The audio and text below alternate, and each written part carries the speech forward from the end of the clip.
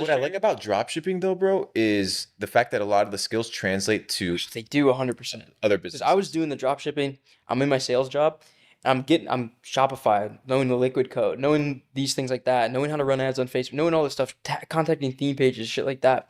And then I transitioned into just growing theme pages. So I was Yeah. like, this is easy for me. And this is, and just it clicked, right? But those skills transferred. Yeah. I still know how to go or build Shopify sites today. I still know how to do Facebook ads, and it just compounds over and over and I over. agree. Um, but I feel like you have more knowledge to share because we're talking about the spiritual stuff. We're talking about this perspective. I feel like some of it's aimed towards maybe like the TikTok kids, right? But I feel like you have this core knowledge behind like the tactics, right? Inside the stores and, with For sure. Bitcoin and reading charts and stuff like that. And you mentioned 2017. And 2017 was, I had just dropped out of college and I'm seeing Bitcoin go stupid. And I'm like, what is this? Like, I first exposure to it, right? And I'm looking at Ethereum, I'm looking at these other ones. I'm like, oh, if I just bought one of these, it might go up a little bit. I'm an 18-year-old kid, I don't know what's going on. What was you said people laughed at you. What Yeah. were they laughing about? The it was Thanksgiving and people were going around saying what they were thankful for. Luke Belmar, what are you thankful for? Bitcoin. Everybody laughed. Okay, so be it. I'm very thankful for it. And this is did it crash before? 2007. It was right before the crash. It was like the super hype right before the crash, but everybody was laughing at me like, "Oh, whatever, whatever, like And superficial, you were in superficial." it at that time? I was in it heavy, bro. I started buying Bitcoin at like 600, 500, $600 Okay. way back. Yeah. And biggest plays were Cardano, ADA. Bought that shit at half a penny. My biggest bag was PancakeSwap. I didn't buy that, but PancakeSwap, I owned 1% of the circulating supply. I got into it at $25 million valuation and wrote it to 2.6 billion. It was fucking really crazy. I slowly cashed out on my way up, so it wasn't like a full blown like crazy exit, but pretty much a unicorn type what was your event. process for identifying that? Do you know people that, Yeah. tell you things? So it was kind of I was betting on CZ. So remember with the app Yep. Clubhouse Yeah, yeah. back in the day when that used to be a thing? I got banned twice on that shit. I was like, this app won't last. Censorship resistance apps are going to be the future. So anything that censors people's ability to speak the truth eventually kind of crumbles. Um, it's a good question. I don't know. I don't know how to answer it. It's interesting to me hearing I'm gonna leave for that one. hearing your, marketing background and what you're doing with your e-com stores, and then hearing, all your like self-development stuff, and then even, crypto, like it really comes back to people at the end of the day. Like all the things you're saying, you're understanding how the end user experience watching your ads is intaking that information being presented to them. You're betting on certain tokens because You're of the betting on leadership. people, and it's kind of like Everything is that's people why at the I end was of the day. that's why I was careful with the point because it's like Sure. you can't always just bet on people. That's why I was being a little bit careful on it. But for example, if you look at Elon, the dude's gonna make Twitter successful. Are you gonna 100%. bet on him or not? Like, dude, like the dude's a fucking genius. So when I looked at CZ, he owns the biggest exchange. I started buying Binance in 2017 at $2, like a savage. BNB? Yeah, and it was crazy. And I was like, this guy's talking on Clubhouse about PancakeSwap. There's a high likelihood he's gonna make this thing fucking run. So I put my chips there, and it worked. And it could have easily not worked, but it worked. And that's what life is. Life is literally calculated decisions. Business, your job, that's all calculated decisions. Day by day, it's a calculated decision. The problem is most people outsource their decision making to a boss because they don't want to assume responsibility for their life. So the decision that I made was instead of making fucking 90 trades and buying all these shit coins and all this stuff, let me find something that is quite stable and bet on winning people.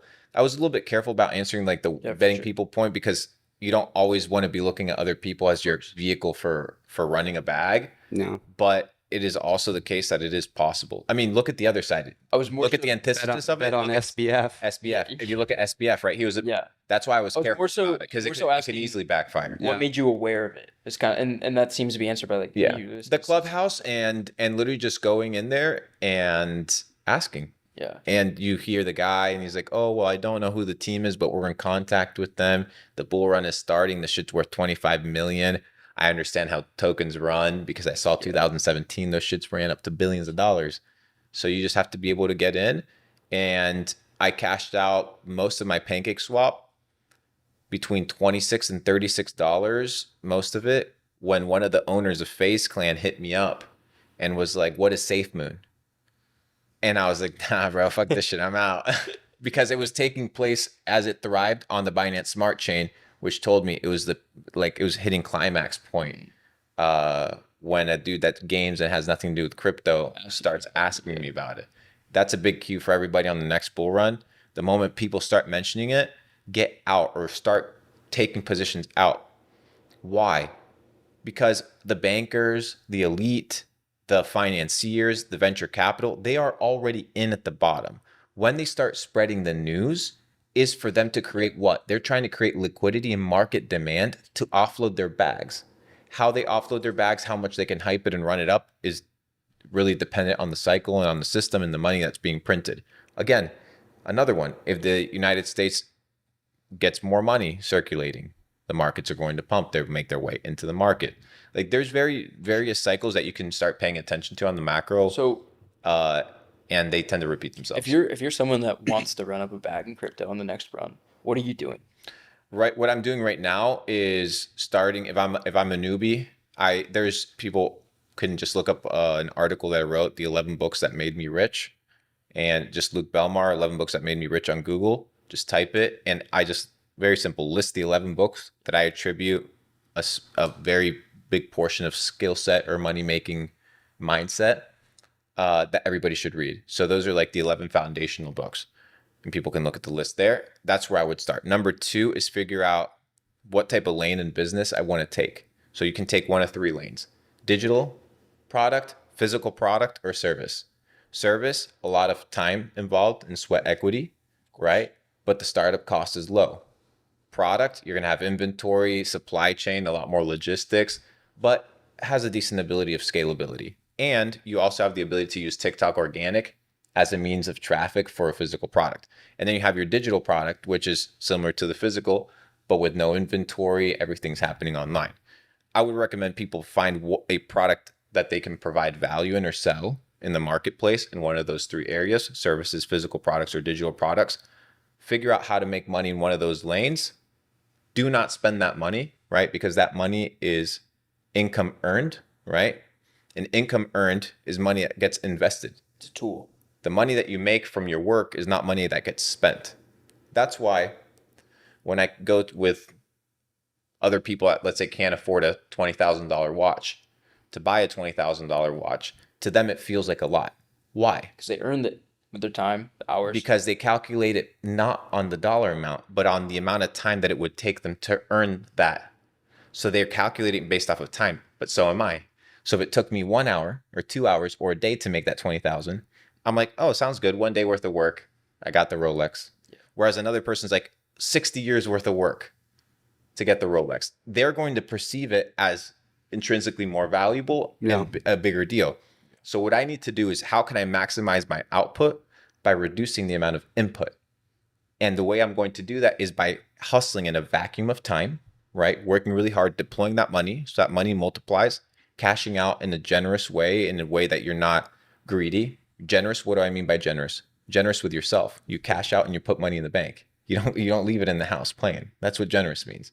Put it in the bank, take profit, you get out. And then you start the cycle again. Like, it's very simple. It's called the cycle of creating, multiplying, and preserving wealth. I'm writing a book about it. And I teach people these cycles that happen at a micro level and at a macro level. And I've been able to identify a couple of these cycles, and so have other successful people. And if you can find these cycles, then you can make money.